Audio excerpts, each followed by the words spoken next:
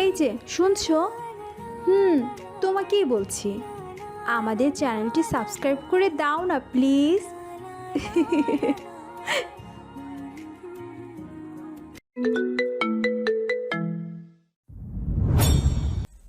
আশহাদু আল্লাহু ইলাহা ইল্লাল্লাহু বলে যখন চারদিকে ফজরের আজানে মুখরিত ছিল এলাকাটা, ঠিক এমন সুন্দরতম সময় মিসেস তিতির সে তার কন্যা সন্তানের জন্ম দেয়।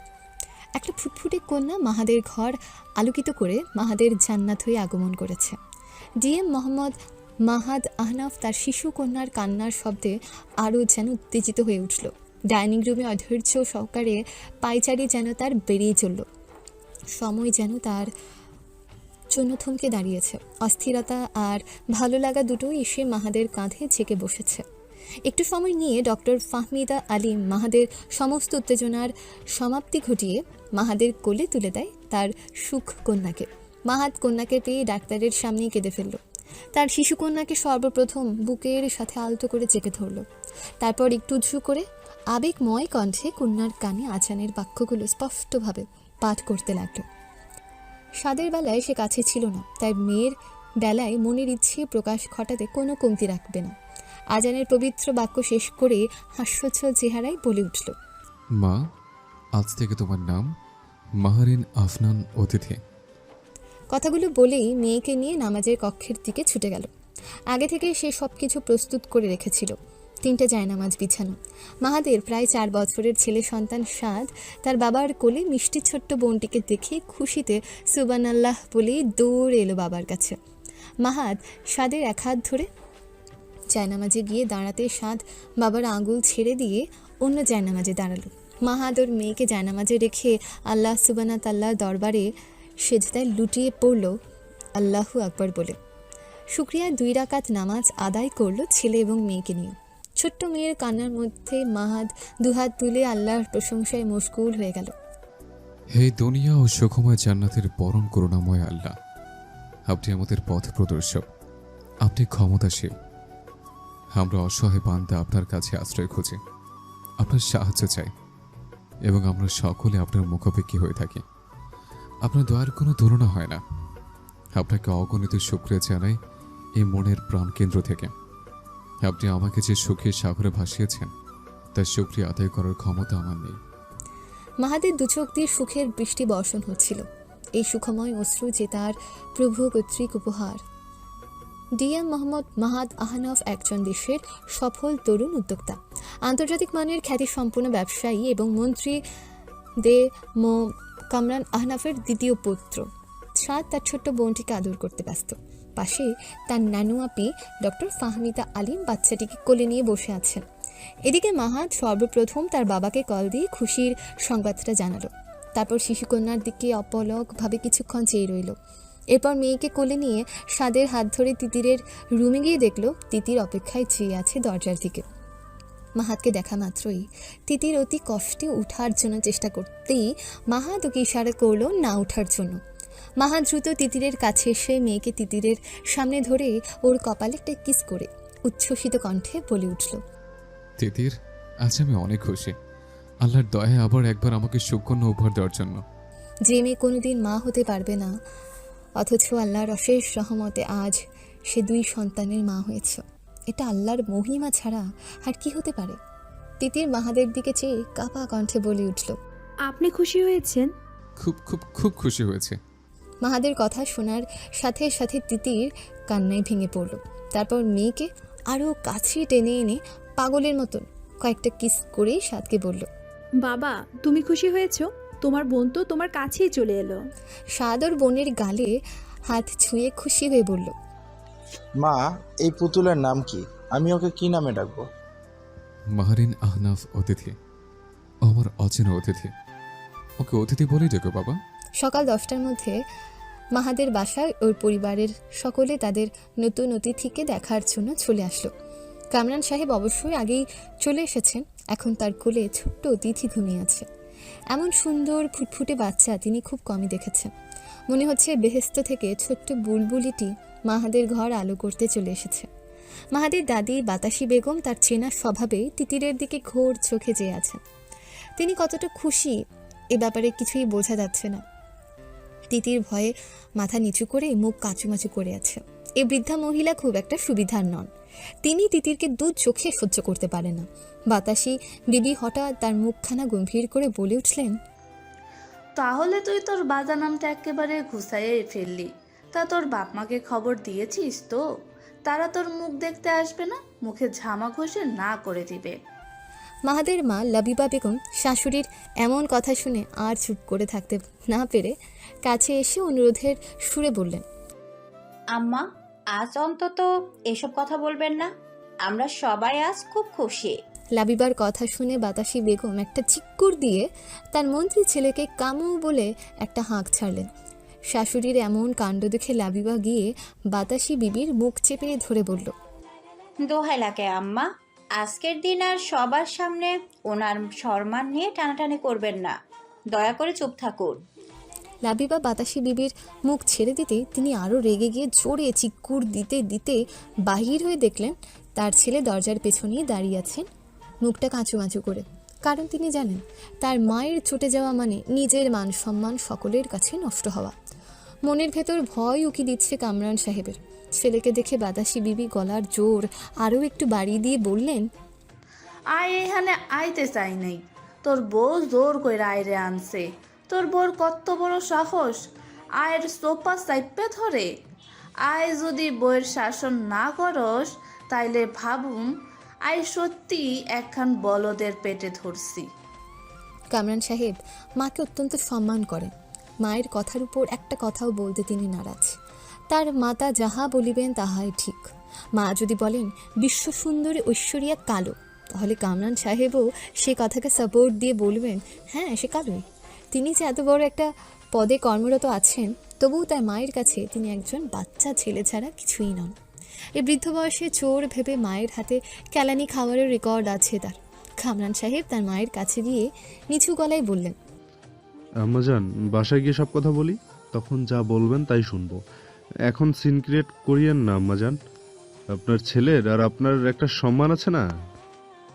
বাতাসি বিবি কিছু একটা ভেবে বলল, হ ঠিক কইছস, আমগো একটা মানসুলেমার তো আছে। বাড়ির যাইয়া তোর বইয়ের বিচার করুম।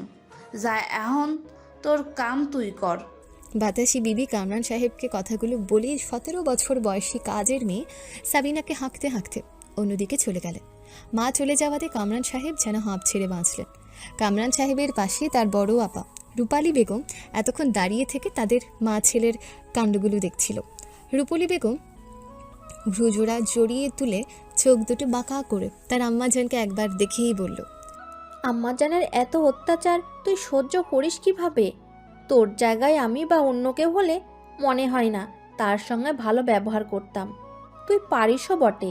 কামরান সাহেব মুচকি হেসে বললেন, আম্মাজানের এমন ব্যবহার যেদিন থেকে বন্ধ হয়ে যাবে সেদিন থেকে হয়তো আমি আমাকে হারিয়ে ফেলবো। যাক সে কথা। আপা, রিজওয়ান আসলো না যে? ওর কি কাজ বেড়ে গেছে? রাতিশাকে নিয়ে ডাক্তারের কাছে গিয়েছে।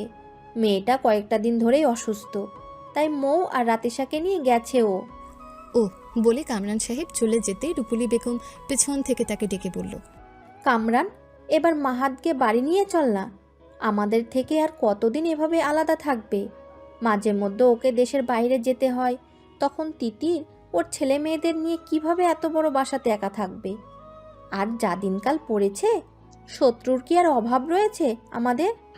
আমিও সেই কথাই ভাবছি আপা। আজই ওর সাথে এ বিষয়ে কথা বলবো। বলে রূপলী বেগম চলে গেলেন অন্যদিকে। আজ এই বাসায় এলাহি কাণ্ড চলছে। মাহাদের সন্তানের আগমনে মাহাদ অফিসের সব স্টাফদের খাবার ব্যবস্থা করেছে। সে আজ বড়ই ব্যস্ত, তাকে পাওয়া খুব কঠিন। তবু কামরান সাহেব ছেলেকে ডেকে এক কোণে নিয়ে গিয়ে বললেন, তোর সাথে আমার কিছু কথা ছিল। মাহাদ মুখে হাসি ফুটিয়ে চোখের পলক ফেলে বলল, হ্যাঁ বাবা বলেন।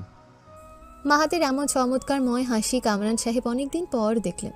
নানান চড়াই উতরাইয়ের পর আজ সে সুখের নাগাল পেয়েছে। এমন হাসি তার সন্তানের মুখে সবসময় থাকুক, এটাই তিনি চান। কামরান সাহেব কিছুটা ইতস্তত বোধ করে চট করে মাহাদের হাত দুটি চেপে ধরে বললেন, বাবা, একটা অনুরোধ করছি। আমার তিতির মাকে নিয়ে এবার আমাদের সাথে বাসায় ফিরে চল। আমি কথা দিচ্ছি এবার আমি নিজে ওর খেয়াল রাখবো। সবাই আছে, কিন্তু তুই আমার কাছে থাকিস না। আমার খুব কষ্ট হয় মাহাত। আমার এই অনুরোধটা রাখ বাবা। বাবার কথা শুনে মাহাদ কিছু একটা ভেবে একটু সময় নিয়ে দীর্ঘশ্বাস ফেলে বলল, বাবা, ওখানে আমরা গেলে সমস্যা শুধু বেরিয়ে চলবে। আপনি জানেন তারা তিতিরকে ভালো চোখে দেখে না। আমার পরিবারের জন্য আমি তিতিরকে 6 বছরের মতো জীবন থেকে হারিয়ে ফেলেছিলাম। এবার যদি এমন কিছু ঘটে তাহলে আমি মরে যাব বাবা, আমি একদম শেষ হয়ে যাব। দেখ বাবা দেখ, আগে সব কিছু না শুনে এমন সিদ্ধান্ত নিস না। আগে আমার কথাটা শোন। তুই মাঝে মাঝে দেশের বাইরে যাস দীর্ঘ সময়ের জন্য, তখন তিতিরের সেফটি বলেও তো কিছু আছে নাকি?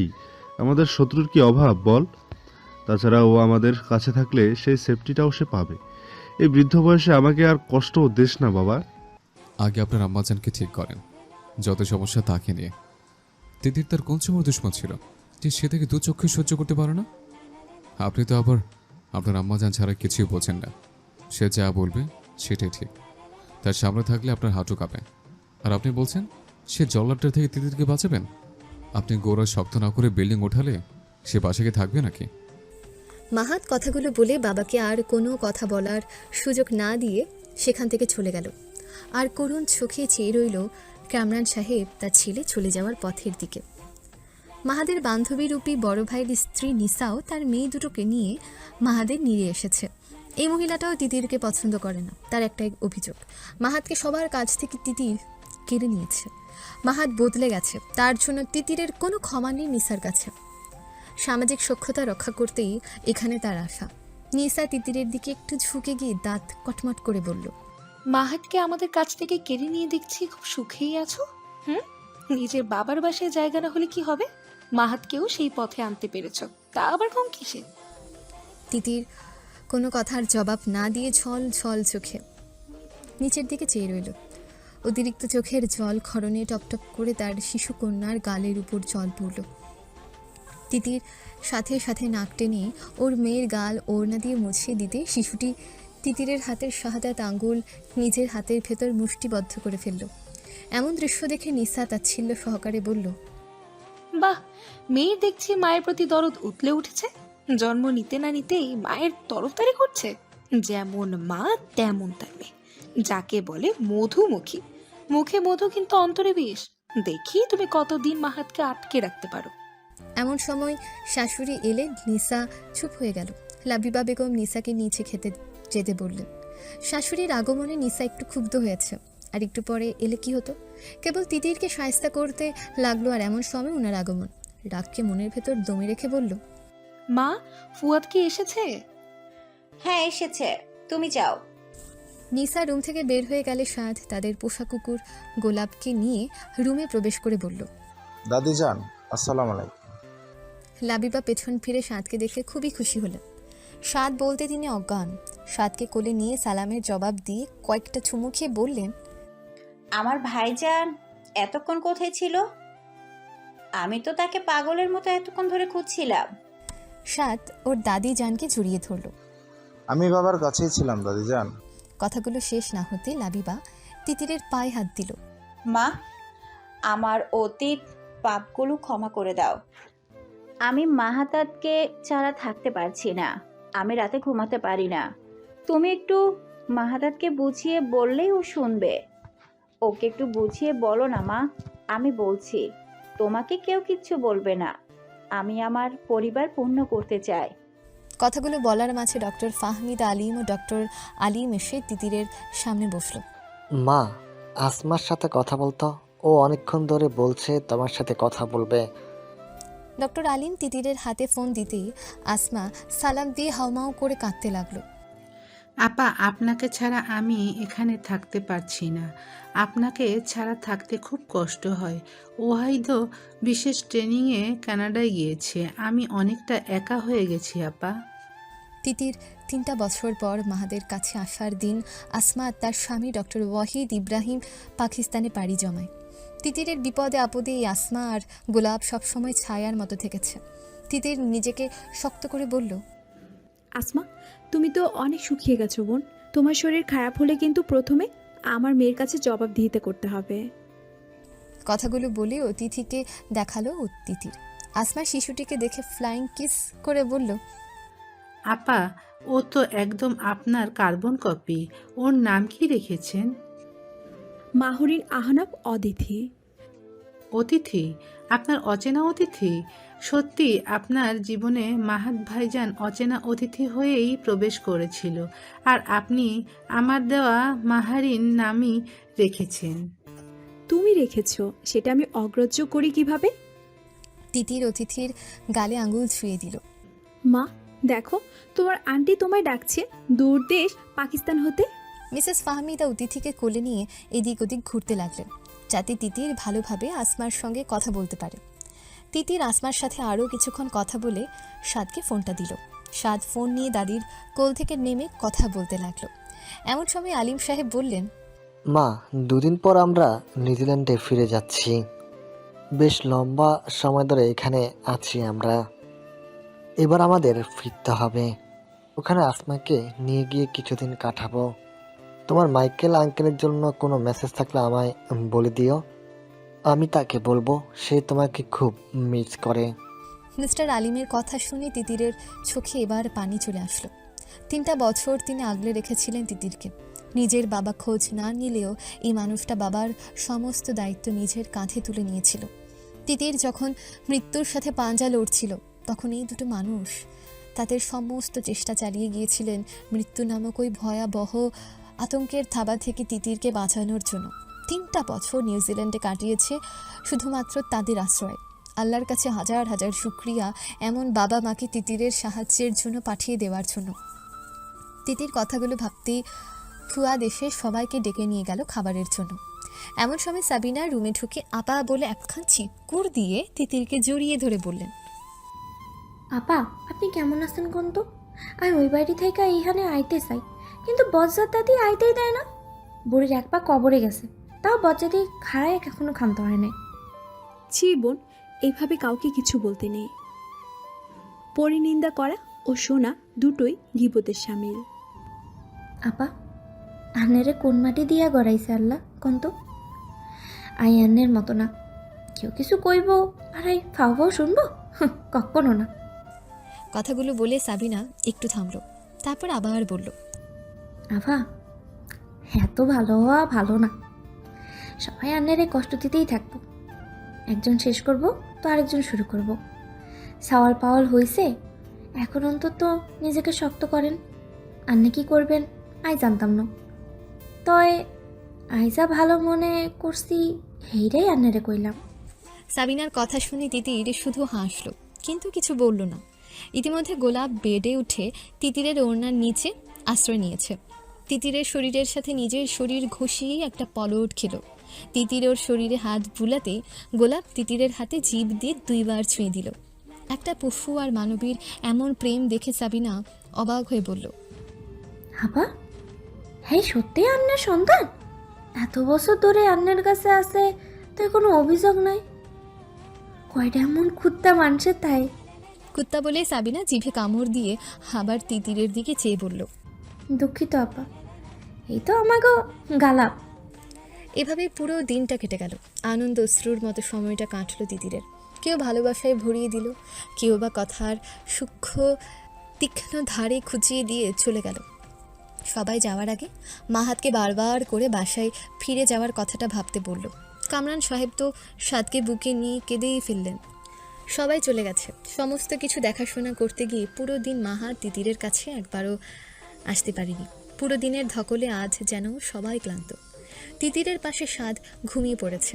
বেডে তেমন জায়গা না থাকার কারণে গোলাপ তিতিরের পায়ের নিচে জায়গা করে নিয়ে শুয়ে পড়েছে। অতিথিকে কোলে নিয়ে মাহাদের জন্য অপেক্ষা করছে তিতির। এত রাত হলো, কিন্তু মেয়ের চোখে ঘুম নেই। শুনেছি মেয়েরা বাবাকে খুব ভালোবাসে। তুমিও কি তোমার বাবার জন্য অপেক্ষা করছো মা, যেমনটা আমি তোমার বাবার জন্য অপেক্ষা করছি? কথাগুলো বলতেই তিতির দরজায় দাঁড়িয়ে থাকতে দেখলো মাহাতকে। মাহাতকে দেখে তিতিরের শরীর দিয়ে যেন প্রশান্তির বাতাস বয়ে গেল। এই একটা মানুষের ভালোবাসা তিতিরের জন্য যথেষ্ট। কথাগুলো মনে মনে ভাবতেই মাহাত রুমে এসে বলল, সবার জায়গা হলো তোমার কাছে, আর আমার জায়গা কোথায়? আমার তো মনে হয় সবার আগে আমার জায়গায় তোমার কাছে সবচেয়ে আগে। কি ঠিক বললাম? তিতির মুচকি হেসে মাহাদের হাত দুটো কাছে এনে তাতে কিস করে নিজের গালের সাথে ঘষিয়ে বলল, আজ আপনার খুব পরিশ্রম করতে হয়েছে তাই না? মাহাদ চেয়ারটা তিতিরের কাছে আনলো কোনো শব্দ ছাড়াই। তারপর চেয়ারে বসে স্বস্তির একটা শ্বাস ফেলে বলল, তা অবশ্যই একটু একটু কষ্ট করতে হয়েছে, কিন্তু নিজের প্রিয় মানুষের জন্য পরিশ্রম করার মধ্যেও অনেক তৃপ্তি রয়েছে। তিতির অপলকভাবে মাহাদের দিকে চেয়ে আছে। সে যদি সুস্থ থাকতো তাহলে মাহাদকে কোনো কাজই হাত দিতে দিত না। তিতিরের এমন চাহনি দেখে মাহাদ উঠে রুম থেকে বের হয়ে গেল। মাহাদ হয়তো তিতিরের চাহনির ভাষা পড়ে ফেলেছে। মাহাদ বেশ দ্রুতই খাবার হাতে চলে আসলো। অতিথিকে তিতিরের কোল থেকে নিয়ে মেয়েকে একটা কিস করে দোলনায় শুয়ে দিল।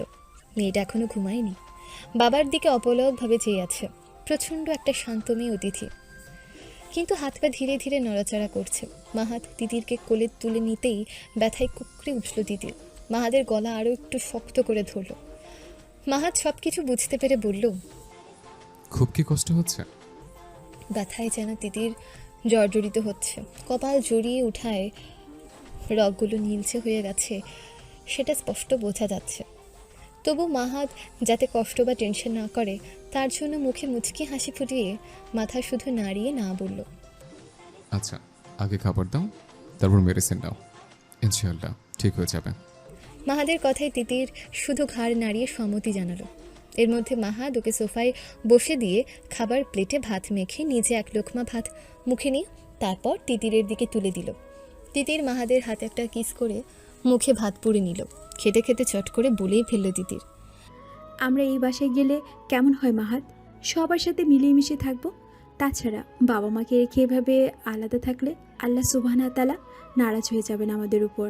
আমি চাই না প্রভুর ক্রোধের শিকার হয়ে আমরা। আপনি কি আমার কথা শুনছেন? মাহাদ তিতিরের মুখে আরও এক লোকমা ভাত তুলে দিল, কিন্তু এ ব্যাপারে কোনো কথাই বলল না। মাহাদের নিস্তব্ধতা তিতিরকে জানান দিচ্ছে এ বিষয়ে কোনো কথা বলে লাভ নেই। মাহাদ এ বিষয়ে কোনো কথাই শুনতে যাচ্ছে না, তাই তিতির আর কিছু বলার সাহস পেল না। চুপচাপ শুধু খাবার খেয়ে গেল। খাবার শেষ হলে মাহাদ কাজের মেয়ে টিয়াকে ডেকে সব নিয়ে যেতে বলল। তারপর ঘুমন্ত সাদকে কোলে নিয়ে গোলাপের গায়ে হাত দিয়ে ছাকিয়েই গোলাপ কামিং বলে রুম থেকে বের হয়ে গেল। গোলাপও এক লাফে বিছানা থেকে নেমেই মাহাদের পিছু পিছু চলে গেল। কিছুক্ষণ পরে এসে বিছানা একবার ঝেড়ে তিতিরকে বলল, ওয়াশরুমে যাব। না।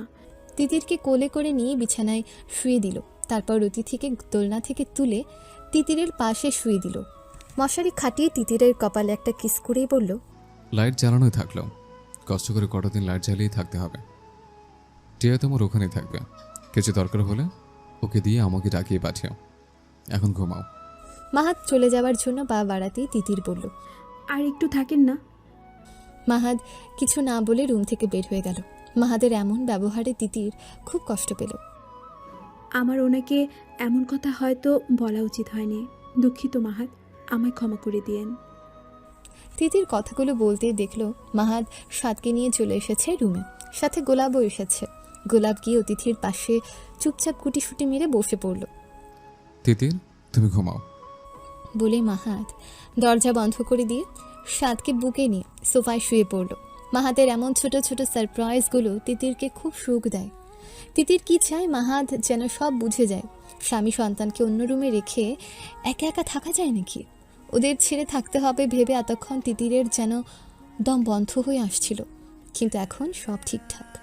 নিজের চিন্তাভাবনাকে ক্লোজ করে কেটে কেটে বলে উঠল তিতির, মাহাত, সাদকে না হয় আমার কাছে দিয়ে যান। আপনার তো কষ্ট হবে ওভাবে ওকে নিয়ে থাকতে। সন্তান বুকে নিয়ে ঘুমানোর মতো এমন শান্তি অন্য কোথাও পাওয়া যাবে না। আমি ঠিক আছে, তুমি ঘুমাও। বলে মাহাদ চোখ বন্ধ করলো এবং কিছুক্ষণের মধ্যে ঘুমিয়ে পড়ল। 2 মাস পরে আকাশ মেঘলা, কয়েকবার দফায় দফায় বৃষ্টি হয়েছে। 5 দিন একটানা বর্ষণে চারপাশের এলাকায় বেশ পানি জমে ছোটোখাটো বন্যায় পরিণত হয়েছে। বাসার পেছন দিকে বাগানের ধারে একটা ফাটলের সৃষ্টি হয়েছে। বাড়ির মালি আগে জায়গাটা দেখেছে। মাহাদ অফিসে যাওয়ার সময় সে কথা মালি ওকে জানিয়েছে। মাহাদ তিতিরকে বিষয়টা ফোনে জানিয়েছে। সাদ যেন ওই দিকে না যায়। দুপুরের সময় আসতেই ফাটলের জায়গায় সমস্ত মাটি ধসে হঠাৎই নিচে পড়ে যায়। মনে হয় অনেক আগে সেখানে পুরনো কোনো কূপ ছিল। অতিরিক্ত বর্ষণে মাটি নরম হয়ে আলগা হয়ে গেছে। বৃষ্টি বাদলের দিন, তাই ওদিকটায় কেউ আর যায়নি বলে মাটি আলগা হওয়ার বিষয়টাও কেউ জানে না। তাছাড়া কুয়াটি অনেক গভীর। দুপুরের পর আর একবার ভারী বর্ষণে কূপে বেশ পানি জমেছে। দুপুরের পর স্কুল থেকে এসে সাদ মায়ের সাথে নামাজ পড়ে খেয়ে ঘুমিয়ে পড়ে। তারপর ঘুম থেকে উঠে আসরের নামাজ পড়ে গোলাপকে নিয়ে খেলতে যায় বাহিরে। বাগানের কথাটা তিতিরের স্মরণে ছিল না সাদকে বলতে, আর সাদ ওই বাগানের দিকটায় গোলাপকে নিয়ে খেলতে যায়। সাদ তার বলটা দূরে ছুটতে গোলাপ বলটা কুড়িয়ে আনছে। এমন করতে করতে বলটা একদম কুয়ার মধ্যে পড়ে যায়। গোলাপ কুয়ার কাছে গিয়ে দাঁড়াতে দেখলো বলটা অনেক নিচে গিয়ে পানিতে ভেসে আছে। দূর থেকে সাদ জোরে চিৎকার দিয়ে বলল, গোলাপ ভাইয়া কামিং। গোলাপ লেজ নাড়িয়ে সাদের দিকে একবার ফিরে চেয়ে আবার কুয়ার পাড়ে একটু ঝুঁকে বলটা দেখতে গিয়ে মাটি সহ ধসে পড়ল কুয়ার ভেতর। ঝপ করে জোরে একটা শব্দ হতে সাদের বুকে ছাত করে উঠল। গোলাপ ভাইয়া বলে কুয়ার পাশে দাঁড়িয়ে দেখলো তার গোলাপ ভাইয়া অদ্ভুত রকমের শব্দ করে উপরে ওঠার চেষ্টা করছে, কিন্তু বারবার সে পিছলে পড়ে যাচ্ছে।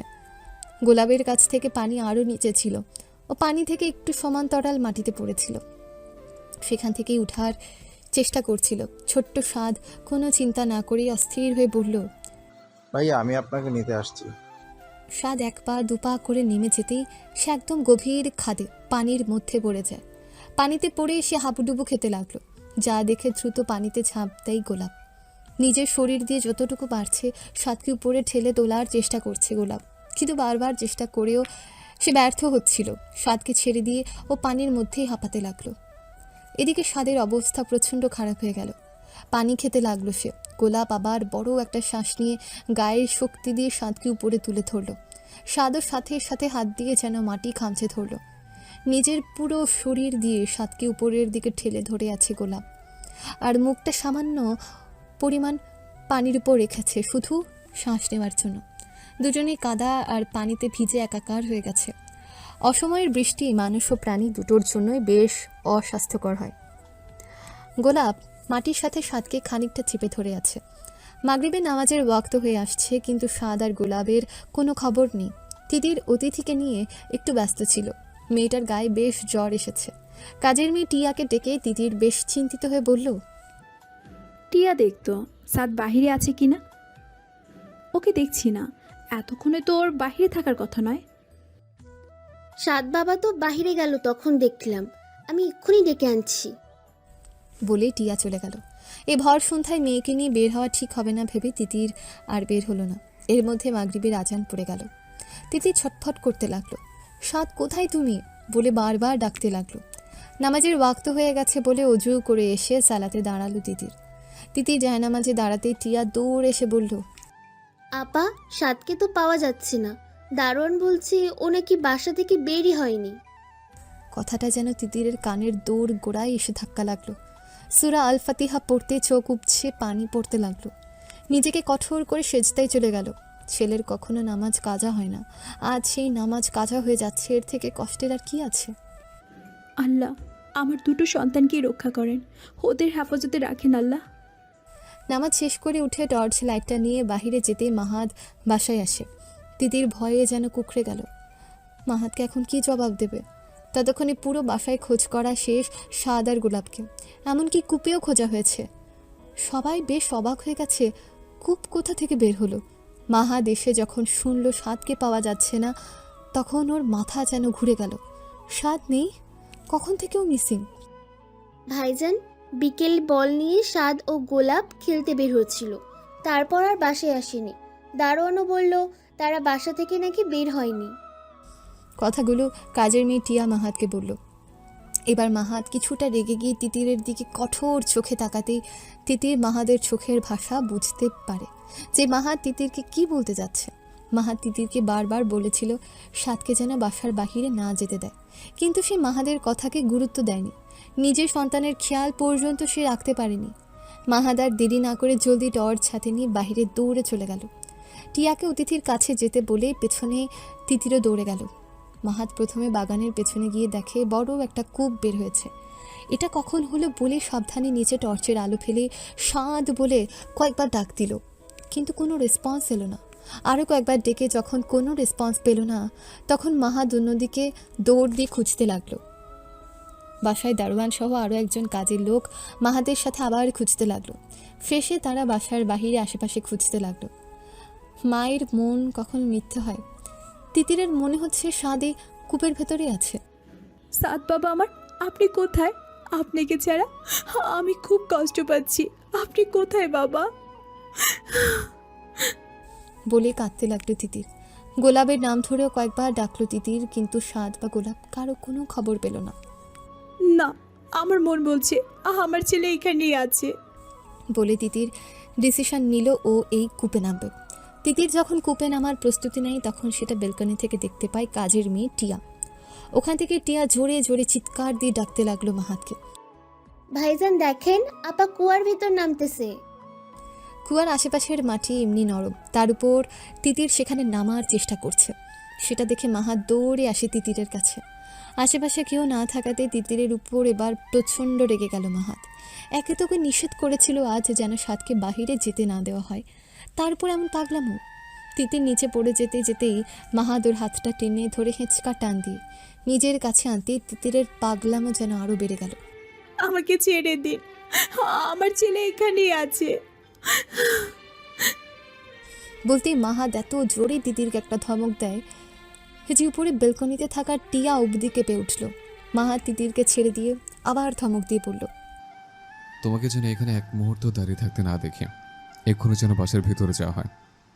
মাহাতের ধমকে তিতির স্তব্ধ হয়ে যায়। অভিমান আর কষ্ট একসাথে এসে যেন ওকে চেপে ধরল। তাই ঢোক চিপে বলল, আমি কোথাও যাব না, আমার ছেলেদের আমরা চাই। তিতির আবার সাদ আর গোলাপের নাম ধরে ডাকতে লাগলো। কূপে যে নামবে তার জন্য দড়ি লাগবে। মাহাত আর তিতিরকে বাধা না দিয়ে বরং ওকে এক হাতে শক্ত করে ধরল, কারণ ও নিচে নামার জন্য ছটফট করে চলেছে।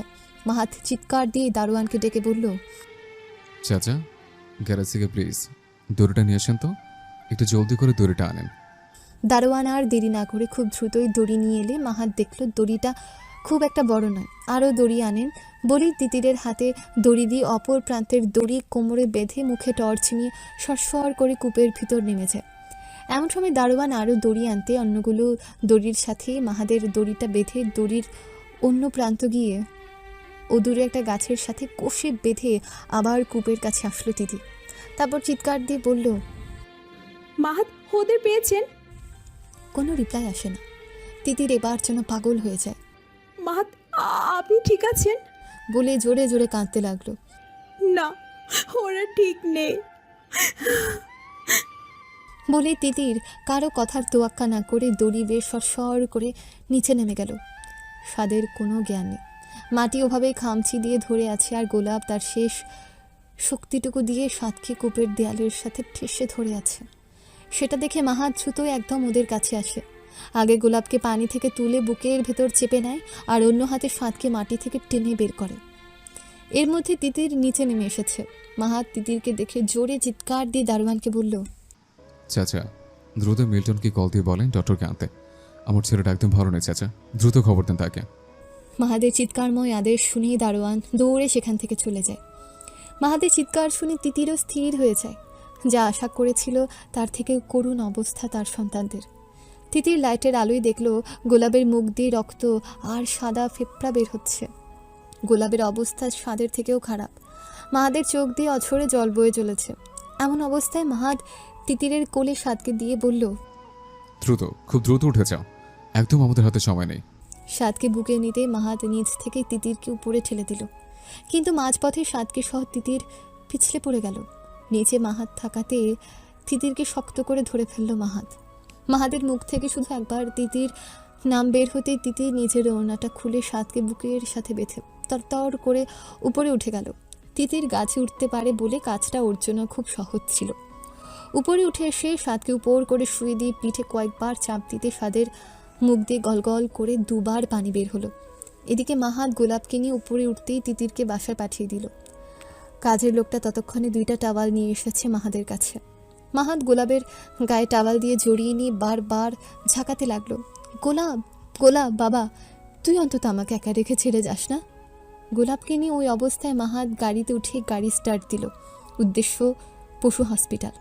মাহাদ গোলাপকে বুকের মধ্যে নিয়ে গাড়ি ড্রাইভ করছে। গোলাপ শুধু মুখ দিয়ে একটু শব্দ করলো। তারপর মাহাদের দিকে চেয়েই ওর বুকের ভিতর যেন আরও লেপ্টে গেল। হয়তো গোলাপ বলার চেষ্টা করেছে, তার জীবন দিয়ে হলেও সে সাদকে নিরাপদে রেখেছে। সে কখনোই বেইমানি করেনি, সে একজন ট্রেনিং প্রাপ্ত কুকুর, তাই সে চেষ্টা করে ওই কূপ থেকে উঠতে পারত। কিন্তু চোখের সামনে সাদ পড়ে যাওয়াতে ও আর নিজেকে ঠিক রাখতে পারেনি। ঝাঁপিয়ে পড়ে সাদকে বাঁচানোর জন্য নিজের শেষ নিঃশ্বাস দিয়ে সে সাদকে ওর নিজের উপর রাখার চেষ্টা করেছে। প্রভু ভক্ত কুকুরেরা বুঝে এমনই হয়। এই প্রথম কোনো পশু যে জ্ঞান হারায় সেটা দেখল মাহাত। মাহাত গোলাপকে আবার ঝাঁকালো, কিন্তু গোলাপ আর কোনো সারা শব্দ করল না। মাহাত সাথে সাথে শক্ত করে গাড়ির ব্রেক কষল।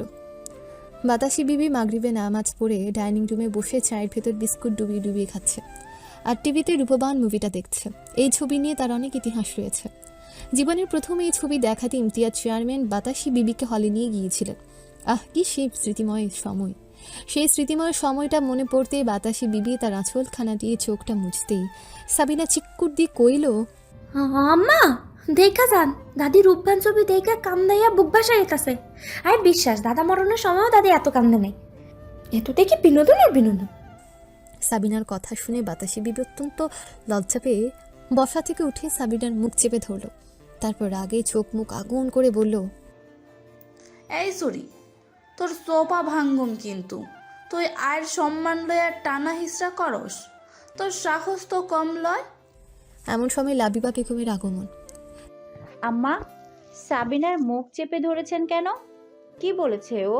লাবিবাকে দেখে বাতাসি সাবিনাকে ছেড়ে দিয়ে ঝাঁঝালো কণ্ঠে বলে উঠল, আজ থেকে সাবিনার লগে আর কোনো সম্বন্ধ নাই। ওরে সেক্রেটারির খাতা থেকে নাম কাইটটা দিলাম। সুরি বেশি কথা কয়। আমি কথা কইলেই দোষ। আর নিজের রূপবান ছবি দেখা কানটা বুক ভাসাইছেন, এইটার বেলায় সব আর দোষ, তাই না? কথাগুলো বলে ভরা বাজারে বাতাসি ঢোল পিটালো সাবিনা। আম্মা, আপনি কেঁদেছেন? লাবিবা চোখ বড় বড় করে তার শাশুড়ির দিকে চাইল। রূপালীও চিৎকার চেঁচামেচি শুনে মায়ের কাছে এসে দেখল মায়ের চোখে সত্যিই পানি। এবার রূপালী আর চুপ করে থাকতে পারল না, সে চট করে বলেই ফেলল, আম্মা আপনি কাঁদতেও জানেন? কি অবাস্তব কথা! বাতাসির এবার মুখ দেখানো যেন দায় হয়ে পড়ল। কি দুঃখ, নিজের পরাণ খুলে কাঁদতেও পারুম না। রাগে ফুঁসতে ফুঁসতে যখন রুমের দিকে যাচ্ছিল বাতাসি, তখন হঠাৎ নিসা এসে বলল, সাবিনা, কফিটা ঠান্ডা হয়ে গেছে, আবার নতুন করে কফি দে তো। বাতাসি নিসাকে দু চোখে দেখতে পারে না, সমস্ত রাগ যেন নিসার উপরে পড়ল। বাতাসি চিক্কুর দিক কইল, পালে লোসা লোসা, না পালে কুত্তার ভোসা। এত কি নবাবের বেটি আইছে, তার জন্য বারবার কইলা চা দেওয়ান লাগবো তারে। চা তো লয় যেন কাল্লার বিদেশি কুত্তার মুত খায়। আমগো গোবরের মুতো এর থেকে ঢের ফকফকা। ব্যাস হয়ে গেল। হে যেন সাপ নেওয়ালের লড়াই। সাবিনা তো হাত জোরে জোরে দুখান তালি বাজিয়ে বসে পড়ল সোফাতে। পিকচার আভি বাকি হ্যাঁ। বাতাসি বনাম নিসা। নিসা ফুসতে ফুসতে বাতাসির সামনে এসে বলল, দেখেন দাদি, ভাষা ঠিক করেন বলে দিলাম। অসঙ্গত ভাষায় আমার সাথে একদম বলবেন না। আমাকে তিতির পার নেই যে যা বলবেন তা মেনে নেব। ফার্দার যদি এমন কথা বলেছেন তাহলে বাবার কাছে নালিশ দেব। ভাবি, সাহেবরে দোষ দেওয়া কোনো কাম নাই। দাদি তো হেরিমান সোলেমান রাখে না। আপনি এক কাম করতে পারেন, মাহাত ভাইজানের কাছে নালিশ দেন। হে দাদিরে সোজা করব। আর সাহেবরা তো দাদি মগা কয়, মগা। বুড়া বয়সে যে মায়ের হাতে লাডির বাড়ি খায়, হেই আবার আন্নের কি বিচার করব? সাবিনা কথাগুলো বলে জিভ কামড় দেয়। এদিক ওদিক তাকাতেই লাবিবার দিকে চোখ পড়তেই সাবিনা ভয় পেয়ে যায়। স্বামীকে নিয়ে সে কোনো কথা শুনতে চায় না। লাবিবার এমন চাহনি দেখে সাবিনা চট করে বসা থেকে উঠে বাতাসি বিবির পেছনে গিয়ে দাঁড়ালো। তারপর বাতাসিকে ইনিয়ে বিনিয়ে বলল, দাদি জব্বের কথা কইছেন নিসা ভাবিরে। তার কত বড় সাহস আন্নের মুখের উপরে তর্ক করে। সাবিনার কথা শুনে বাতাসি বিবি ভ্রু কুচকে বলল, খাটাস মার্কা ছুরি, দুমুখ মাইয়া কনকার, ফাইজলামি শুরু করছস? আরে বোকা ভাবছস? তরে আই দল থেকে বাইর কইরা দিছি। আয় ঝগড়াই একাই করতে পারুম। সাবিনাও সাথে সাথে মুখে ভেঙচি কেটে বলল, পরে একবার ডাকেন শুধু, আয় আমুনা। এদিকে নিসা ফুয়াদকে কল দিয়ে ফেলেছে। ফুয়াদ কল রিসিভ করতে নিসা কিছুটা জোরেই বলল, তোমার দাদির অত্যাচারে আমি মনে হয় বাসায় বেশি দিন টিকতে পারবো না। আমি মারা গেলেই বুঝি সে বেশি খুশি হবে।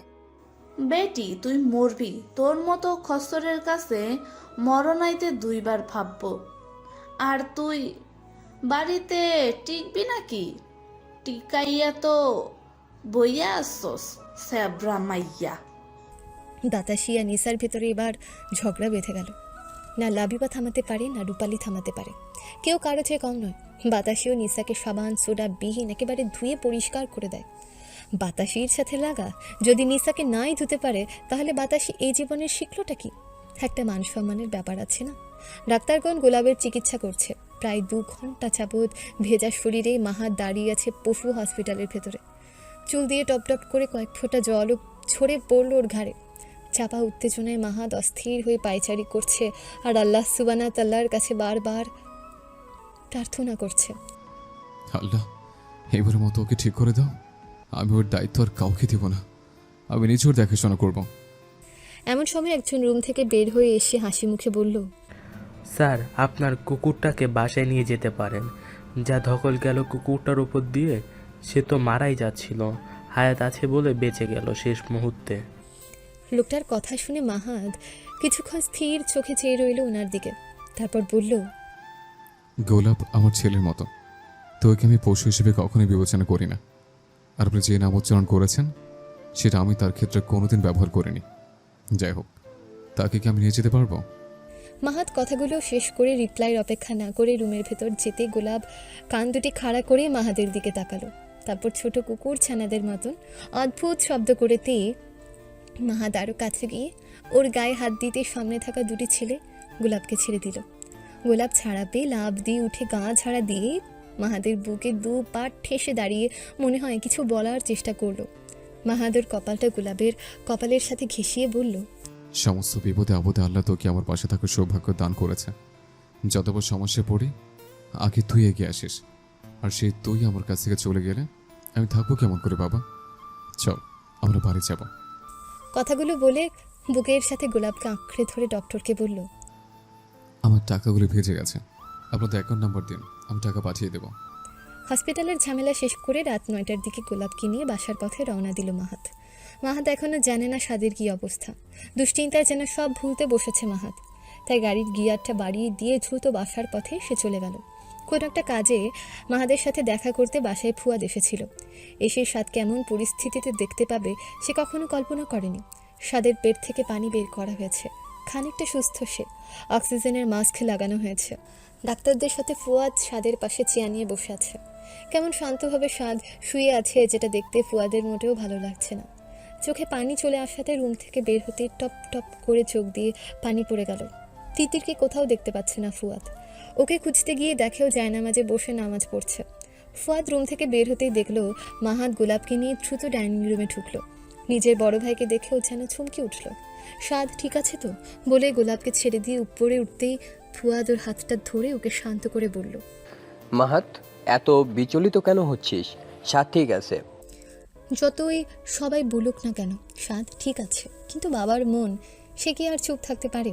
দ্রুত রুমে ঢুকতেই দেখলো ডাক্তার স্বাদের মুখ থেকে মাস্ক খুলে ফেলেছে। স্বাদের জ্ঞান ফিরেছে। গোলাপই আগে স্বাদের কাছে চলে গেল। গোলাপকে দেখে স্বাদ শোয়া থেকে উঠে বসে আদুরে স্বরে বলল, ভাই আপনি কেমন আছেন? স্বাদের ভাষা যেন গোলাপ এক মুহূর্তেই বুঝে নেয়। লাফ দিয়ে বেঁধে উঠে স্বাদের গা ঘেঁষে বসে পড়ল। তারপর স্বাদের গায়ের সাথে নিজের মাথাটা হেলান দিয়ে ঘষতে লাগলো। মাহাদার ভেজা শরীর নিয়ে স্বাদের শরীরে হাত না দিয়ে রুম থেকে বের হতে ফুয়াদ যেন একটু ভয় পেল। স্বাদ আর গোলাপের সাথে যা ঘটেছে সেটা সে এখানে এসে পুরোটাই শুনেছে। মাহাদের যা রাগ, তিতিরকে যদি কিছু বলে। মাহাত শোন বলে ফুয়াদ এগিয়ে গেল মাহাদের দিকে। মাহাত দাঁড়িয়ে পেছনে ফিরে তাকাতেই ফুয়াদ বলল, মাহাত, আমি বাসায় চলে যাব, একটা কাজে আসছিলাম, কিন্তু সেটা থাক, পরে ফোনে তোকে সব জানাবো। আমি এখন আসলাম আর তুমি বলছো চলে যাবে? আজকে থাকো, তুমি থাকলে আমাদের সবার ভালো লাগবে। তুমি থাকো, আমি ফ্রেশ হয়ে আসছি। বলে মাহাত পা বাড়াতেই ফুয়াদ ওকে আবার আটকালো। ছোট্ট মেয়েটা আমার জন্য অপেক্ষায় আছে, আমি না যা অবধি ঘুমাবে না, অন্যদিন আসবো। বলে মাহাতকে টেনে আবার সাদের কাছে নিয়ে যেতেই সাদ ফুয়াদকে সালাম দিতে ফুয়াদ সালামের জবাব দিয়ে সাদকে কোলে নিয়ে বলল, বাবা, আমি তো চলে যাচ্ছি। আপনি আমাদের বাসায় কবে যাবেন বলেন তো? সাদ ওর বাবার দিকে চেয়েই ফুয়াদের গালে একটা চুমু খেয়ে ফুয়াদের গলা দুহাতে দিয়ে জড়িয়ে ধরে মন খারাপ করে বলল, বড় বাবা, আপনি এখনই যাবেন, আমাদের সাথে থাকবেন না? হ্যাঁ বাবা, অন্য একদিন আসবো। তোমার জন্য চকলেট এনেছি। বলে সাদকে খাটে বসিয়ে দিয়ে ওর হাত ভর্তি চকলেট দিল ফুয়াদ। তুমি ভালো থেকো বাবা, আর দ্রুত সুস্থ হও। এবার আসার সময় তোমার আপুদেরকেও নিয়ে আসবো। বলে সাদকে কয়েকটা কিস করে রুম থেকে বের হয়ে এলো ফুয়াদ। সাথে ডক্টরও বের হয়ে মাহাদের সাথে প্রয়োজনীয় কিছু কথা বলে চলে গেল। ফুয়াদকে সদর দরজা পর্যন্ত গিয়ে দিল মাহাদ। যাওয়ার আগে ফুয়াদ মাহাদের হাত ধরে অনুরোধ স্বরে বলল, তিথিরকে যেন কিছু বলিস না। দেখ, সবারই ভুল হয়, ও হয়তো ভুল করে ফেলেছে। তাছাড়া বিপদ কখন আসবে তা আমরা জানি না। মাথা একটু ঠান্ডা রাখিস ভাই। মাহাদ কিছু বলল না, শুধু নিশ্চুপ হয়ে দাঁড়িয়ে থেকে ফুয়াদের চলে যাওয়া দেখল। ফুয়াদ চলে যেতে মাহাদ ভেতরে চলে আসলো। এসে দেখলো তিতির সাদকে কোলে নিয়ে চুপ করে আছে। মাহাদ আর কিছু না বলে ওর রুমে চলে গেল। বাবা তুমি থাকো, আমি একটু পর এসে তোমাকে খাবার দিচ্ছি। বলেই তিতির দ্রুত রুম থেকে বের হয়ে গেল। তারপর নিজেদের রুমে এসে দেখলো মাহাদ ওর ভেজা শার্টটা খুলছে। কিছু তো একটা ঘটবে সেটার সুযোগ করে দিয়ে তিতির দরজা বন্ধ করে দিল। তারপর চুপ করে মাহাদের সামনে এসে দাঁড়িয়ে রইল। মাহাদ তিতিরের দিকে না তাকিয়ে চুপচাপ কাজ করছে। এভাবে চুপ থাকলে সব কিছুর সমাধান হয় না, তাই তিতির মাহাদ বলে ডাকতে মাহাদ সামনের চেয়ারে এত জোরে একটা লাথি দিল যে সেটা ছিটকে গিয়ে দূরে পড়ে গেল। ভয়ে তিতিরের পুরো শরীর কেঁপে উঠল। মাহাদ বলে নিচু গলায় শব্দ করে মাথা নিচে নামালো তিতির। ওয়ার্ড্রবের উপর কিছু শোপিস ছিল, সেগুলো এক ঝটকায় নিচে ফেলে দিল মাহাদ। তারপর দ্রুত তিতিরের কাছে এসে ওর দুবাহু শক্ত করে চেপে ধরে কঠিন স্বরে বলে উঠল, এতটা কেয়ারলেস হও তুমি কিভাবে? তোমাকে আমি কতবার বলেছি সাদকে যেন বাইরে যেতে না হয়। তাছাড়া ওকে একবার বললেও কখনো বাইরে যেত না। আর তুমি কি করেছো? ওকে নিষেধই করোনি। তুমি নিজের সন্তানকে সামলাতে পারো না, তাহলে তোমাকে তারা কোন কাজটা হবে? মাহাদের চিৎকারময় কণ্ঠে তিতির ভয়ে একদম চুপসে গেল। মুখ দিয়ে আর কোনো কথা বের করতে পারল না, কারণ তিতির ভালো করেই জানে একজন চিৎকার করলে অপরজনকে সম্পূর্ণ চুপ থাকতে হয়। তাছাড়া মাঝে মাঝে নীরবতা ঝগড়ার চেয়ে বেশি সমাধান বয়ে আনতে পারে। তিতিরের এমন চুপ থাকা মাহাদকে আরও রাগান্বিত করে ফেলে। মাহাদ হিতাহিত বোধটুকু হারিয়ে ফেলে। তিতিরকে দেয়ালের সাথে ধরে গলাটা শক্ত করে চেপে ধরে বলল, এই তুই চুপ করেছিস কেন? কথা বল আমার সাথে। অন্য সময় হলে তো কথার ঝড় তুলিস, আর আমি কথা বলে আমার সামনে চুপ করে থাকিস। এত বড় ভুল করিস কিভাবে? তোর এই অপরাধের কোনো অনুশোচনা নেই। কি মনে করিস নিজেকে? আমার কথার কি কোনো দাম নেই তোর কাছে? তবু তিতিরের মুখে কোনো কথা নেই, কোনো কথা বলার মুখও নেই তার। ওর বুকের ভেতর যে কষ্ট হচ্ছে সেটা শুধু ও আর আল্লাহ সুবহানাহু তাআলা ভালো জানে। এত কথা বলার পরও যখন তিতির কিচ্ছু বলল না, তখন মাহাদ ওকে আরও শক্ত করে ধরেই বলল, তোর ভাগ্য ভালো, আমার সন্তানের সুস্থ আছে। সামান্য কোনো ক্ষতি হলে তোকে আজই মাটিতে পুঁতে ফেলতাম। এমন সময় মা মা বলে সাদ দরজায় ধাক্কা দিয়ে ডাকতে লাগলো তিতিরকে। সাদের আওয়াজ শুনে মাহাদ একদম চুপ হয়ে গেল। সন্তানের সামনে ও কখনো তিতিরের সাথে আজ অবধি উঁচু গলায় কথা বলেনি, কারণ সে কখনো চায় না তার সন্তান কোনো দিনও শিখুক যে স্বামী স্ত্রীর মধ্যে খারাপ সম্পর্ক বলেও কিছু সময় থাকে। তিতির ঝটপট চোখের পানি মুছে দম নিয়ে নিজেকে সংযত করে বলে উঠল, বাবা তুমি গোলাপ ভাইয়াকে নিয়ে খাবার টেবিলে যাও, তোমার বাবা এক্ষুনি ফ্রেশ হয়ে তোমার কাছে যাচ্ছে। ঠিক আছে মা। বলে সাদ মনে হয় চলে গেল।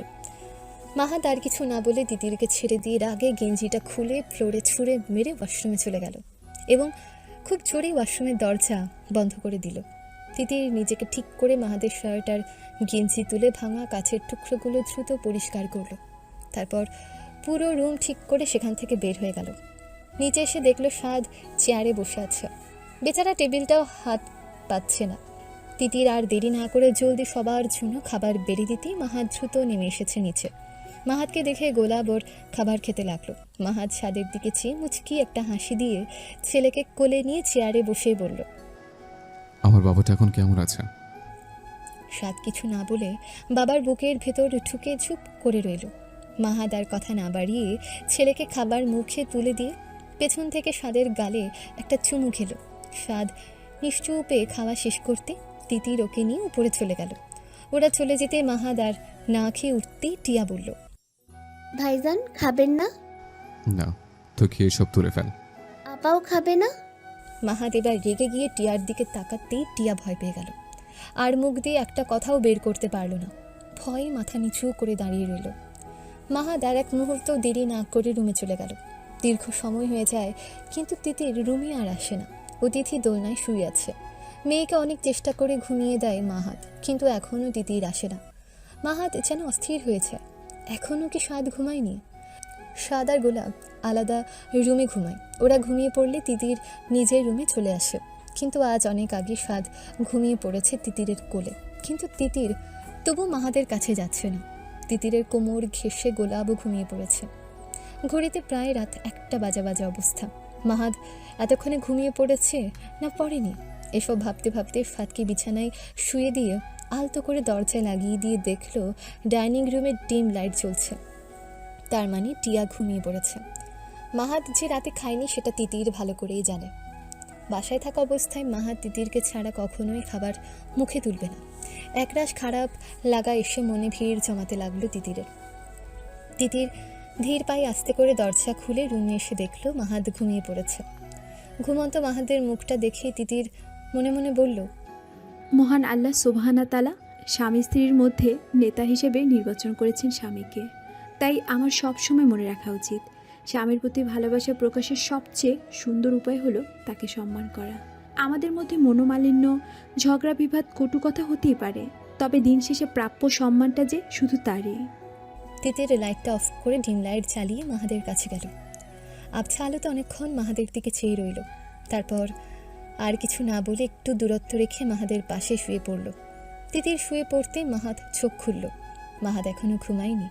তিতির রুমে ঢুকতে স্বাভাবিকভাবে ও চোখ বন্ধ করে রাখে, যাতে তিতির ভাবে ও ঘুমিয়ে পড়েছে। এভাবে আরও ঘন্টা 2 কেটে যায়। রাত যখন 3টা ছুঁই তখন তিতির পাশ ফিরে দেখলো মাহাদ ওপাশ হয়ে শুয়ে আছে। তিতির আরও একটু এগিয়ে গেল মাহাদের দিকে। তারপর ওর হাতটা আস্তে আস্তে মাহাদের শরীরে ছোঁয়াতে মাহাদ সামান্যই নড়ে উঠল।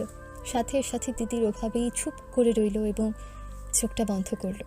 তিতির এমন ভান করলো যেন মনে হয় ও ঘুমের ভেতর মাহাদের গায়ে হাত তুলে দিয়েছে। তারপর আরও কিছুক্ষণ চুপ করে রইল তিতির। আবারও চোখ খুলে পেছন দিক থেকে ধীরে ধীরে ওর হাতের ভেতর মাহাদের হাত নিতে চট করে মাহাদ চোখ খুলল। তিতির জানতেই পারল না মাহাদ এখনও জেগে আছে। তাই তিতির আরও কাছে যেতে মাহাদ শক্ত করে ওর হাতটা চেপে ধরল। এমন আচমকা কাণ্ডে তিতিরের পুরো শরীর কেঁপে উঠল। মাহাদ সাথে সাথে ওই অবস্থায় পাশ ফিরে তিতিরের দিকে কঠিন চোখে চাইতেই তিতির স্থির হয়ে যায়। এ যেন শিকারীর কাছে স্বইচ্ছায় ছোবল খাওয়ার মতন অবস্থা। পুরো দিন কি হয়েছে সেটাতে মাহাদের কিচ্ছু যায় আসে না, কিন্তু রাত হলে ওর এই মানুষটাকে চাই চায়। মাহাদের কঠিন চোখ দেখে তিতির মাহাদের কাছ থেকে হাত দ্রুত ছাড়িয়ে নিয়ে পাশ ফিরল। তারপর চুপ হয়ে রইল। মাহাদ একটা দীর্ঘশ্বাস ফেলে তিতিরকে টেনে ওর দিকে আনতে তিতির মাহাদের টি শার্ট খামছে ধরে কঠোর গলায় বলল, আপনি আমাকে মাটিতে পুঁতে ফেলবেন? আপনার সাহস কি করে হয় এই ধরনের কথা বলা?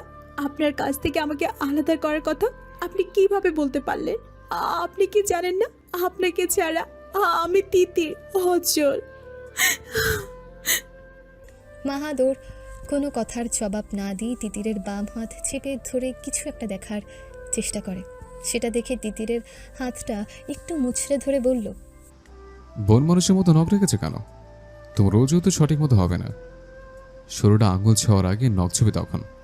তাছাড়া অতিথির শরীরে আঁচড় লাগার সম্ভাবনা থাকবে। এগুলো কেন রেখেছ? আমাকে খামচি দেওয়ার জন্য আপনি উল্টাপাল্টা কথা বললে আক্রমণ। ও তাই? বলে তিতিরকে একটা হেঁচকা টান দিতেই তিতির মাহাদের আয়ত্তে চলে যায়। ও নড়ার আর ক্ষমতা নেই, কিন্তু মুখ তো আর বন্ধ নেই। দেখেন মাহাদ, কোনো কিছুতে আজ কিছুই হচ্ছে না, তাই চেষ্টা করে কোনো লাভ নেই। আমি আপনার কাছে আর ধরা দিচ্ছি না। মাহাদ তিতিরের ঠোঁট ছুঁতে যেতেই তিতির মুখ সরিয়ে অন্যদিকে চাইল, যেটা মাহাদের আক্রোশ আরও বাড়িয়ে দিল। তিতিরকে আরো ঝরিয়ে ধাক্কা দিয়ে একটু উঁচু করলো। তারপর মাহাদ ওর গলায় মুখ ডুবাতেই তিতিরের ফোনের অ্যালার্ম বেজে উঠল। তাহাজ্জুদের জন্য অ্যালার্ম দিয়ে রেখেছিল তিতির। মাহাদ কোনো কারণ ছাড়াই দ্রুত তিতিরকে ছেড়ে দিয়ে রাগে ফোনটা গায়ের শক্তি দিয়ে ফ্লোরে ছুঁড়ে মারল। বিকট শব্দে ফোন ভেঙে চির হয়ে গেল।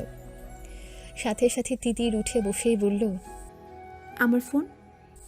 এমন সময় ফোন ভাঙার শব্দে অতিথি নড়ে উঠতেই মাহাদ তিতিরের মুখ চেপে ধরে ফিসফিসিয়ে বলল, চুপ। কথাগুলো বলে মাহাদ অতিথির দিকে তাকালো। অতিথি একটু আলতো করে চোখ মেলে আবার চোখ বন্ধ করে ঘুমিয়ে পড়ল। মেয়ে ঘুমানোর সাথে সাথে মাহাদ তিতিরের দিকে চেয়ে ওর মুখ থেকে হাত সরিয়ে মৃদু স্বরে বলল, ফোনে অ্যালার্ম দিয়ে রেখেছিস কেন? আমাকে যাতে তাহাজ্জুদে না ডাকতে হয় তার জন্য অ্যালার্ম দিয়েছিস? আমার সাথে কথা বলতে চাস না তাই তো? তোর সাহস দেখছি বড্ড বেড়ে গেছে। তিতির শেষ, আজ আর রেহাই নেই। এত ঘন্টা না কথা বলার শাস্তি যে কতটা কঠিন সেটা আজ মাহাদ ওকে দিয়ে ছাড়বে। তাছাড়া ফোনের ব্যাপারটা সে ধরে ফেলেছে, আর কোনো কথাই চলবে না। কথা বললে অতিষ্ঠ করে ফেলবে তিতিরকে। তাই শান্ত চোখে মাহাদের দিকে চাইতেই মাহাদ ওর কপালে একটা কিস করেই বলল, আর কোনো কথা বলবি আর চালাবি আমায়?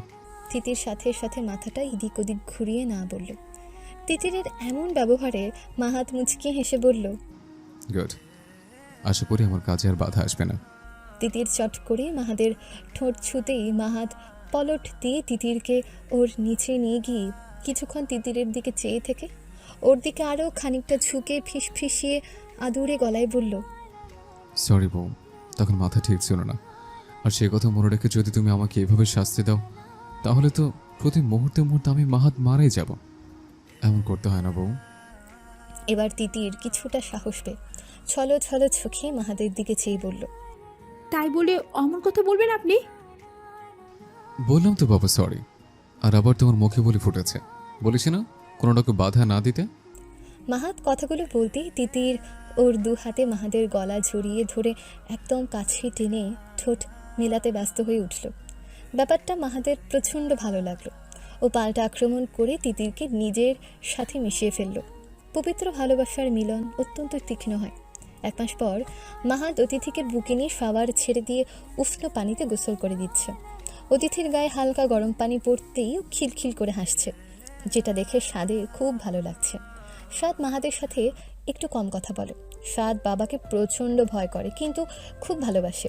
বোনকে বাবার সাথে এমন করে গোসল করতে দেখে ও ওয়াশরুমের দরজায় দাঁড়িয়ে বলল, বাবা আমি আপনার সাথে একটু গোসল করি। মাহাদ স্বাদের দিকে তাকিয়ে একটু মুচকি হাসি দিতে স্বাদ বুঝতে পারে। দ্রুত ওয়াশরুমে সে ঢুকে পড়ল। স্বাদও বাবার গা ঘেঁষে দাঁড়িয়ে আছে। মাহাদের শরীর থেকে পানি পড়ছে, আর সেই পানিতে স্বাদ ওর শরীর ভিজাতে ব্যস্ত হয়ে পড়ছে। এমন সময় কামরান সাহেবের আগমন। দরজায় দাঁড়িয়ে থেকে মাহাদের সব কাজ দেখছিল। ছেলেটা একদম বাবার হাত পেয়েছে। আমিও এমন করে মাহাতকে কোলে নিয়ে গোসল দিয়ে দিতাম, আর ফুয়াদ আমার পাশে দাঁড়িয়ে এভাবেই গোসল করতো। কথাগুলো ভাবতে মাহাদ বলল, বাবা আপনি কখন আসলেন? মাহাদের কথায় কামরান সাহেবের ধ্যান ভাঙল। কামরান সাহেব অপ্রস্তুত গলায় বলল, এই তো একটু আগে আসলাম, একটা কাজে এদিক দিয়ে যাচ্ছিলাম, তাই ভাবলাম দেখা করেই যাই। স্বাদ বাবাকে ছেড়ে দিয়ে দৌড়ে এসে তার দাদুকে জড়িয়ে ধরে একটা লম্বা সালাম দিল। কামরান সাহেবও স্বাদকে কোলে তুলে নিয়ে সালামের জবাব দিয়ে অভিমানী সুরে বলল, ভাইজান কি আমায় ভুলে গিয়েছিল? কারণ গত 3 দিন ধরে ভাইজান আমার সাথে কথা বলেনি, মনে খুব কষ্ট পেয়েছি। স্বাদ আর কিছু না বলে ওই ভেজা শরীরে দাদুর গলা জড়িয়ে ধরে চুপ করে রইল। স্বাদ তার দাদুকে প্রচণ্ড ভালোবাসে। এমন দৃশ্য দেখে মাহাদ স্বাদকে বলল, বাবা তুমি ভিজে শরীরে কেন দাদুর কোলে উঠেছ? উনি তো অফিস যাবেন, ওনার ড্রেসগুলো ভিজে যাচ্ছে। বাবার কথা শুনে স্বাদ দাদুর কোল থেকে নামার চেষ্টা করতে কামরান সাহেব ছলো ছলো চোখে স্বাদকে নিয়ে তিতিরের কাছে চলে গেল। তিতির এদের এমনভাবে দেখে একটা টাওয়াল এনে শ্বশুরের হাতে দিতে কামরান সাহেব গম্ভীর গলায় বললেন, তোমার হাজবেন্ড 3 দিন কিন্তু আমার শত্রু হয়ে যাচ্ছে তিতির। আমার যেখানে সুখ সেখানেই সে আঘাত করবে, তাকে নিষেধ করে দেবে, সে যেন এমনটা আর না করে। কামরান সাহেবের কথা শুনে তিতির শুধু মুচকি হাসি দিল। তারপর আশ্বাসের স্বরে শ্বশুরকে বলল, বাবা চিন্তা করবেন না তো, সব থেকে স্বাদের উপর অধিকার শুধু আপনারই। ওরকম 1-2টা কথা যায় আসে না। এমন কথা বললে কি সব পাল্টে যাবে নাকি? আপনি ওকে নিয়ে টেবিলে বসেন। সকালে শুধু বলেছি দাদু আসবে, আর এতেই সে খাওয়া বন্ধ করে দিয়ে আপনার অপেক্ষায় আছে। ওর বাবা ওকে খাওয়াতে পারেনি। তিতিরের কথা শুনে কামরান সাহেব চোখে আর পানি ধরে রাখতে পারল না। সাদকে অনেকগুলো চুমু খেয়ে বলল, মা, এই বৃদ্ধ বয়সে আমাদের আর কত কষ্ট করতে হবে? আমাদের কষ্ট কি কোনোদিনও শেষ হবে না? না আমরা মারা গেলে সব ঠিক হয়ে যাবে? শ্বশুরের এমন কথা শুনে তিতিরের বুকে যেন পরপর কয়েকবার সূঁচ বিঁধল। বাবার আদর কি জিনিস তিতির তা জানত না, অথচ এই মানুষটার কাছে দেখেছে বাবার ভালোবাসা কতটা শক্তিশালী আর সৌন্দর্যময়। তিতির অপরাধীর চোখে শ্বশুরের দিকে তাকিয়ে বলল, বাবা, আজ ওনাকে আমার সামনে কথাগুলো বলেন। আমি আগে বলেছি, কিন্তু এই বিষয়ে কোনো কথাই বলেনি আমার সাথে। আজ আর একবার চেষ্টা করে দেখি আমরা। আমারও তো ভালো লাগে না আপনাদের ছাড়া একা থাকতে। মা, তুমি বললে একবার কেন? বারবার কথাটি তুলবো তার কাছে। তুমি একটু হ্যাঁ এর সাথে হ্যাঁ মিলাইও। জি বাবা। বলে টেবিলে নাস্তা দিয়ে তিতির মাহাতকে ডাকতে গেল, কারণ বাবা বেশিক্ষণ থাকতে পারবেন না। এত ব্যস্ততার মধ্যে যে সময় করে এখানে এসেছেন সেটাই বা কম কিসের। এদিকে কামরান সাহেব সাদকে নাস্তা করাতে ব্যস্ত হয়ে গেলেন। খানিক বাদে একটা পাঞ্জাবি হাতে নিয়ে মাহাত বাবার কাছে আসলো। ততক্ষণে সাদের খাওয়া শেষ। তিতির সাদকে ডাকতে সাদ মায়ের কাছে চলে গেল। সাদ কাছে এলে তিতির ওকে বলল, বাবা, বোনটা আপনাকে চাচ্ছে, আপনি একটু তার দেখাশোনা করবেন। আচ্ছা মা। বলে সাদ ছোট বোনের কাছে চলে গেল। সাদ যেতেই তিতির মাহাদের পাশে দাঁড়িয়ে শ্বশুরকে ইশারা করলো কথাটা বলতে। পুত্রবধূর সম্মতি পেয়ে কামরান সাহেব অনেক আশা নিয়ে বললেন, মাহাত, এবার বাসায় ফিরে চল না বাবা। তোর মা প্রতি রাতে আমাকে অভিযোগ করে। আমি কেমন বাবা যে নিজের ছেলেকে মানাতে পারি না? তোর মাকে আর অভিযোগ করার সুযোগ দিস না বাবা। আমার কথাটা একবার শোন। বাবার চোখের জল দেখে মাহাদের দয়া হলো কিনা বোঝা গেল না, কিন্তু অতি যত্নে বাবার কোট সহ শার্টটা খুলে পাঞ্জাবিটা পরিয়ে দিয়ে বলল, বাবা, ইদানিং আপনি বেশি সিগারেট খান আর বেলকনিতে দাঁড়িয়ে দাঁড়িয়ে রাত কাটান। শরীরে হালিয়ে কি করেছেন? এগুলো করা কি ঠিক? মাহাদের এমন আদুরে মাখা কথায় কামরান সাহেবের মনে হচ্ছে তার বাবা ইমতিয়াজ সাহেব ছেলের পরিচর্যা নিচ্ছেন। হাজার ব্যস্ততার মাঝেও তিনি ছেলের পরিচর্যা নিতে কখনো ভুলতেন না। তার আম্মাজান ঠিকই বলেন। মাহাদের ভেতর তিনি আব্বাজানের ছায়া দেখতে পান। কামরান সাহেব চোখের পানি মুছে বলল, একদম ঠিক না। আমি আর এমন কাজ কখনো করব না। আর ব্যালকনিতে দাঁড়িয়ে রাত জাগবো না। বেশি বেশি সিগারেটও খাবো না। তোর সব কথা অক্ষরে অক্ষরে পালন করব বাবা। তবুও বাসা ফিরে চল না বাবা। তোর মা প্রায় রাতে কান্নাকাটি করে। মাহাত ওর বাবার পাঞ্জাবির বোতাম লাগিয়ে দিও একটা দীর্ঘশ্বাস ফেলে বলল, বাবা, আমরা ওখানে গেলে পুরোনো আগুন আবার জ্বলে উঠবে। আমি চাই না আবার সেই ঘটনাটা পুনরাবৃত্তি ঘটুক। আমি এই বিষয়ে একটা কথা বলতে চাই না। আমার সন্তানদের আপনার দেখার ইচ্ছে হলে আপনি ও মা উভয় দেখা করে আসবেন, কিন্তু ওখানে আমাদের যাওয়ার কথা একদমই মাথায় আনবেন না। তিতিরকে যখন একা রাতে বাসা থেকে বের করে দিয়েছিল আমার অনুপস্থিতিতে, তখন আপনি কই ছিলেন? আপনি তো জানতেনই না তিতির কোথায় ছিল, কিভাবে ছিল। আমার মা একজন মেয়ে হয়ে একটা মেয়েকে কিভাবে ওই রাতে বাসা থেকে বের করে দেয়? মা জানতো না তিতির এই শহরের কিছু চিনতই না। তাহলে কেন তিনি এমন ব্যবহার করেছিলেন? শুধু একবার করেই ক্ষান্ত হননি, একাধিকবার তিতিরের ক্ষতি করতে উঠে পড়ে লেগেছিল। আর নিসা, রেদওয়ান, ফুপু এবং তাদের কথা না হয় বাদই দিলাম, তাদের মানুষের কাতারে ধরতে আমার লজ্জা হয়। তারা পারে না এমন কোনো কাজই নেই। তাই প্লিজ বাবা, আমি আর রিস্ক নিতে চাই না। আমি আমার স্ত্রীর ব্যাপারে কারোর উপর ভরসা করি না, এমনকি আপনার উপরও না। কামরান সাহেব আর কিচ্ছু বলতে পারলেন না, কারণ মাহাদের প্রতিটা কথার যুক্তি আছে। আমাজান সহ বাসায় এমন কোনো স্ত্রীলোক নেই যে তারা তিতিরকে কষ্ট দেয়নি, এমনকি মারার প্ল্যানও করেছিল। হায়াত ছিল বলে সাক্ষাৎ মৃত্যুর হাত থেকে বেঁচে ফিরেছে মেয়েটা।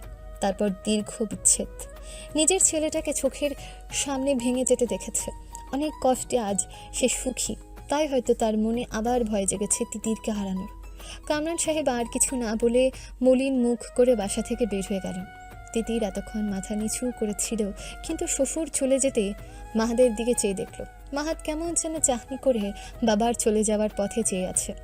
মনে সাহস সঞ্চয় করে মাহাতকে মিনমিন করে বলল, বাবাকে ওভাবে না বললেও পারতেন। চলেন না, আমরা আবার একসাথে বসবাস করি। অভিভাবক ছাড়া কখনো জীবন পরিপূর্ণ হতে পারে না। আমাদের সবসময় চিন্তা করা উচিত আমরাও বৃদ্ধ হব, তাই আমাদের এমন কাজ করা উচিত নয় যে পরবর্তীতে তা আমাদের দুঃখের কারণ হয়ে দাঁড়ায়। মার খাওয়ার কি শখ জেগেছে তোমার? সেদিন থেকে একই কথা বলে আমাকে জ্বালাতন করছো। আমি কিন্তু তোমার কথা খুব কষ্ট পাচ্ছি তিতির। ব্যাস হয়ে গেল। মাহাদের এতটুকু কথা শুনেই তিতির আর কোনো কথা বলতে পারল না। তার বর মশাইকে সে কষ্ট দিয়ে ফেলেছে ইতিমধ্যে। এখন আর এসব কথা কখনো মুখে কেন মনেও তুলবে না। সে এই একটা মানুষের প্রতি ভীষণ দুর্বল। আল্লাহ ছাড়া যদি কোনো মানুষকে সিজদা করার অনুমতি থাকতো তাহলে সে সকাল বিকালেই মানুষটাকে সিজদা করত। 7 দিন পর মাহাত অফিস থেকে বিকেলে এসে তিতিরের হাতে একটা খুব সুন্দর কালো রঙের বোরকা ধরিয়ে দিয়ে বলল, এটা জলদি পড়ো না তো, আমরা আজ বাইরে যাচ্ছি। মাহাদের কথা শুনে তিতির অবাক হয়ে বলল, আমরা কোথায় যাচ্ছি? তাও বিকেল প্রায় শেষ হয়ে যাচ্ছে। অতিথিকে নিয়ে এই সময় বের হওয়া ঠিক নয়। তিতির, ভুলে যাও না, অতিথি কিন্তু আমারও মেয়ে। ওর ব্যাপারে অবশ্যই আমি সচেতন, তাই কোনো কথা না। যাও, রেডি হয়ে আসো। তিতির আর কথা না বাড়িয়ে বাবার কোলে মেয়েকে দিয়ে রেডি হতে লাগলো। কিছু সময়ের মধ্যে রেডি হয়ে বলল, মাহাত, এই কাপড়ের লেসগুলো কোথায় বাঁধবো? আমি তো ওগুলো বাঁধার কোনো নিয়ম জানি না। একটু অপেক্ষা করো।